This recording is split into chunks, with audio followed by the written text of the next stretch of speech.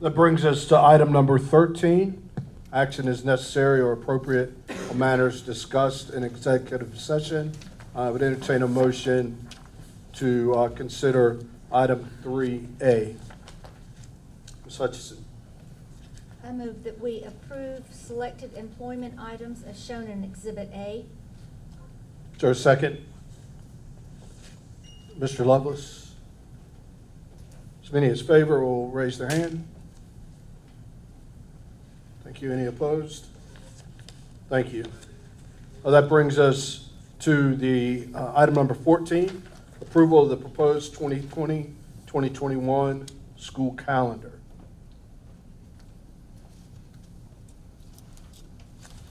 Not sure who's presenting that out. Well, I didn't know if you wanted a motion beforehand. Yeah, we'll take a motion. I move, Yes, ma'am. I move that we approve the proposed 2020-2021 school calendar as shown in Exhibit C. Is there a second? Ms. Hammond? Any discussion on the calendar as presented in Exhibit C?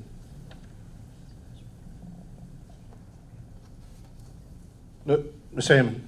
Oh, Dr. Milton, I was just going to ask, I think I know the answer, but for the public, did we get input from each school and the teachers, and that's how you arrived at the favorite? Yes, ma'am. Ms. Goggins has taught with so many advisories. We've taught with parent advisory cabinet, we've taught with faculty advisory, we've taught with principals.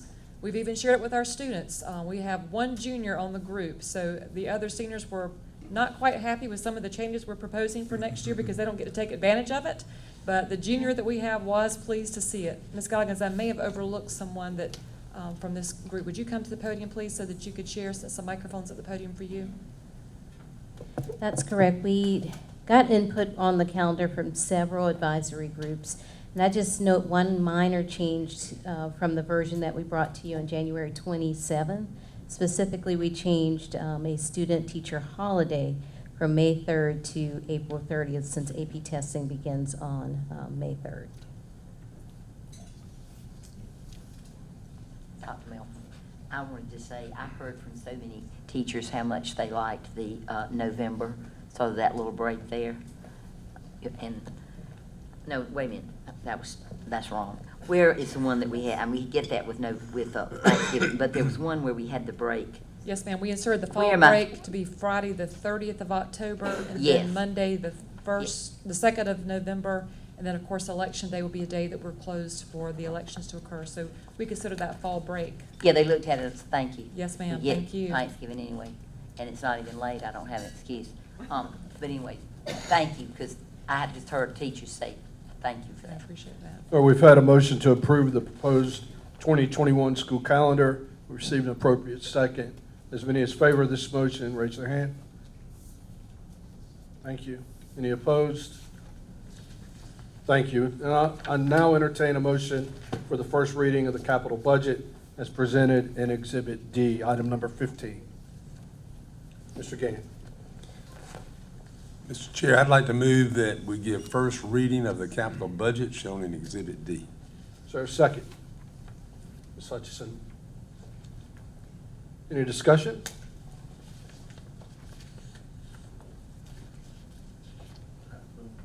Is this the point, are we not going to get any kind of, we discussed last meeting, I suppose? We'll certainly entertain a question. Oh, there's a presentation. Dr. Monk, go ahead. Ask Mr. Richardson, we have a presentation this evening that's going to include an update for you, and then Mr. Cannon will actually guide us through the presentation. Mr. Richardson. Thank you, Dr. Melton, members of the board. Mr. Cannon is already up here. He's going to speak on the capital budget. We're also got a little bit of extra information in there regarding the addendum that we did at the last board meeting.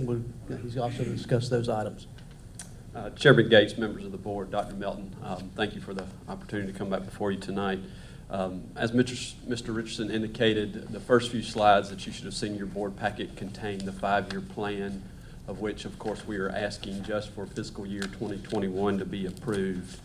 That did not change from our January meeting, so I would entertain any questions on those items alone at this time, if there's anything on those specific projects.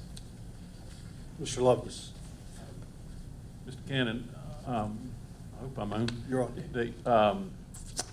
We had talked about the return on investment for LED lighting, and I noticed in here that there's some lighting replacements. Is that a standard, I mean, for these type lights, you know, for a trough light or a ceiling light? It is. So what you'll see at, for instance, Harbison West, Nursery Road, when we go and are replacing the ceiling tiles and the lights, we are converting those from fluorescent to LED lights. So those would be your typical 2x4 that you see, such as in this room. Both of those schools have 1x4 lighting also, and Right. so we would be converting those as well. Do you have any idea, and I know you just came on the scene here, but do you have any idea how many lights that we need or are left to be replaced? You know, the remainder that we haven't replaced? I don't, but I can certainly get you that information on what schools have already been converted. Okay.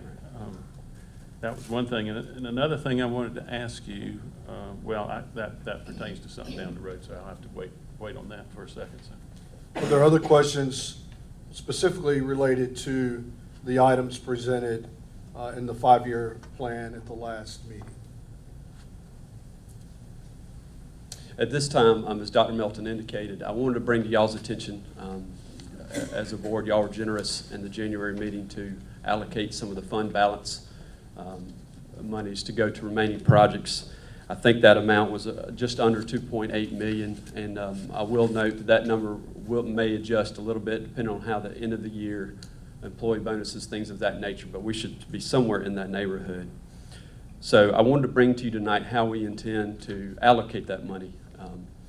Where do we get this information? One of the first tasks when I came on board is I walked every inch, I think, of each school with maintenance staff, with school staff, just to familiarize myself with the school and the facilities that we have.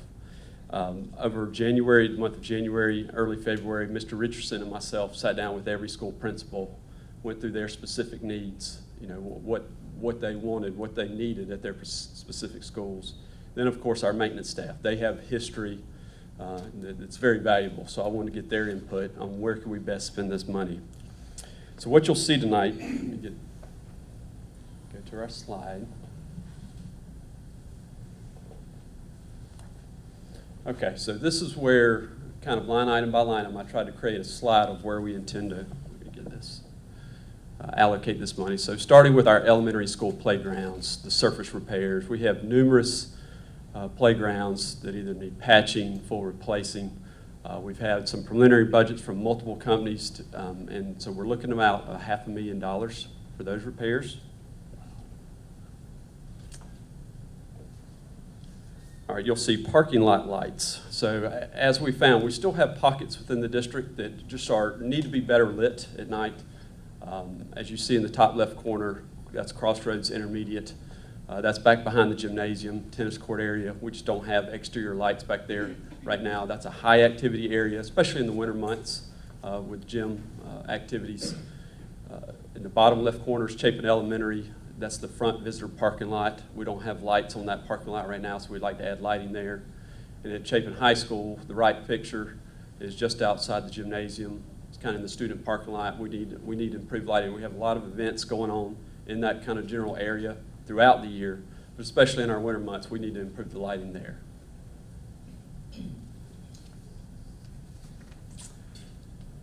All right, the next slide, you'll see we have numerous pavement and concrete surface projects that we want to implement. The top left picture would be Dutch Fork Middle.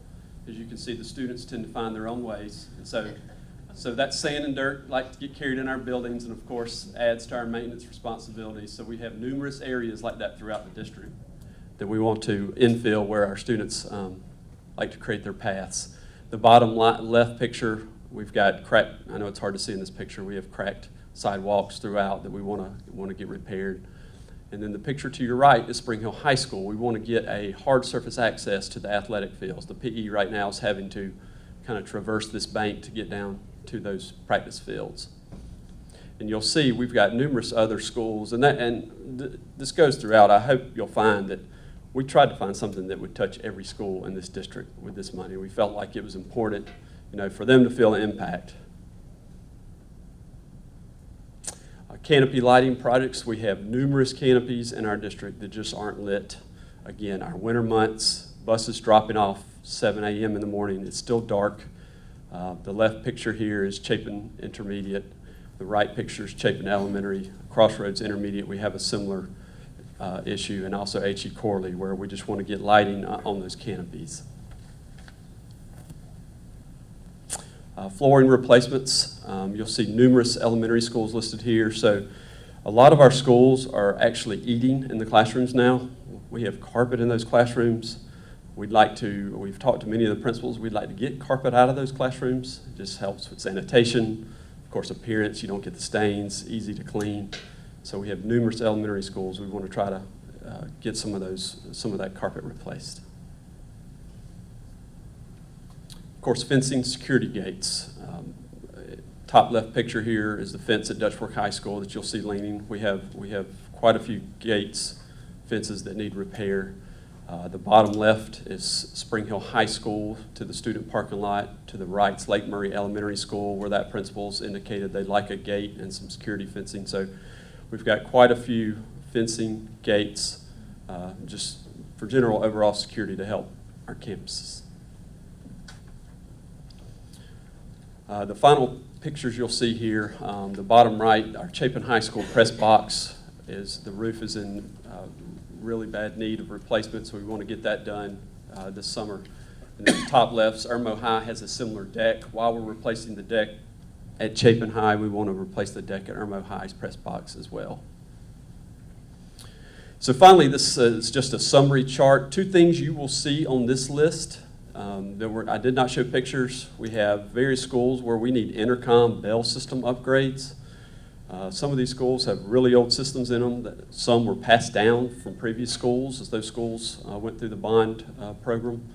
And then you'll see Chapin Elementary, their Lighthouse Arena does not have accessible access right now. So we want to do a similar project that we're proposing at Harbison West at Chapin Elementary. But you add all those up, and we're targeting near that $2.8 million. At this time, I'll entertain any questions y'all may have. Mr. Lovelace. One of the items you mentioned was replacement of carpet. That seems like a great idea. What would you do? Just go to polished concrete? We look at tile finish. Vinyl composition tile? That's right. Okay, so I also wanted to ask you something. Can I do that? Okay. In a perfect world, I've been saying this for a couple of years, but I went back and looked, and we have kept the $10 million, limit all the way back to 2007, I believe. And if you index that to a certain year, you would find that we are only spending right now about 65% of what we had in 2007 dollars.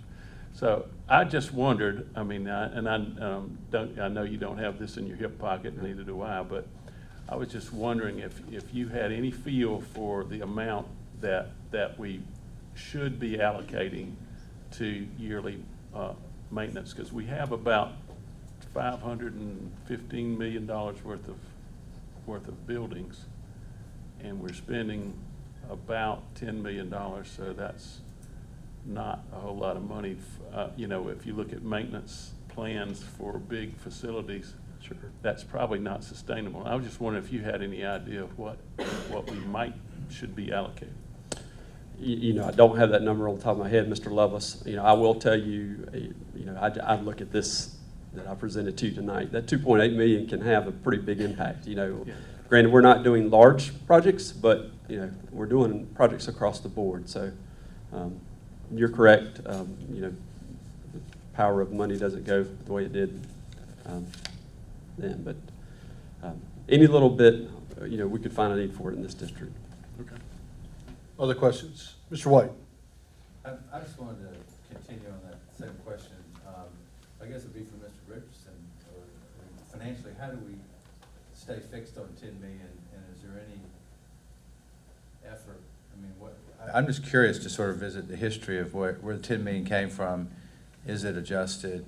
Because time does erode purchasing power, but is that connected to bonds, or what's the the magic there. I'd like for Ms. Richardson to answer that, and Ms. Richardson, if you'll explain the asterisk that's on this slide to make sure that everyone understands why that was added with the footer to include on this slide. Well, thank you, Dr. Melton. The asterisk was added just to let you know that is subject to change based on, there were two things that the board allowed us to do. One was pay, obviously, the employee loyalty bonus, and then these additional capital projects. And we don't know the exact amount of the employee bonuses yet, so once that's paid out, we'll have an exact figure on what will be allowed for the capital side.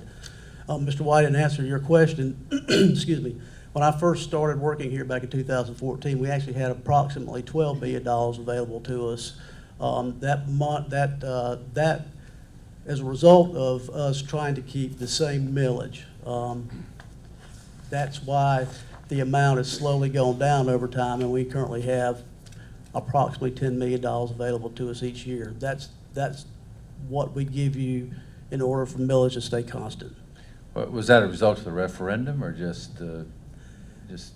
I think it's just a result of how some of the referendum bonds are being paid down now, so there's been more money having to go to the debt service to pay those down, and a little bit less available to us on an annual basis. And it varies from year to year, but we're right at anywhere from $9.5 to $10 million a year right now. And so we just planned on $10 million when we show a 5-year plan. Thank you. Other questions? Hearing none, we have had a motion to give first reading approval to the capital budget. It's been seconded, so I'd like show of hands to give approval. First reading capital budget, item 15. Thank you. Are there any opposed? Thank you very much.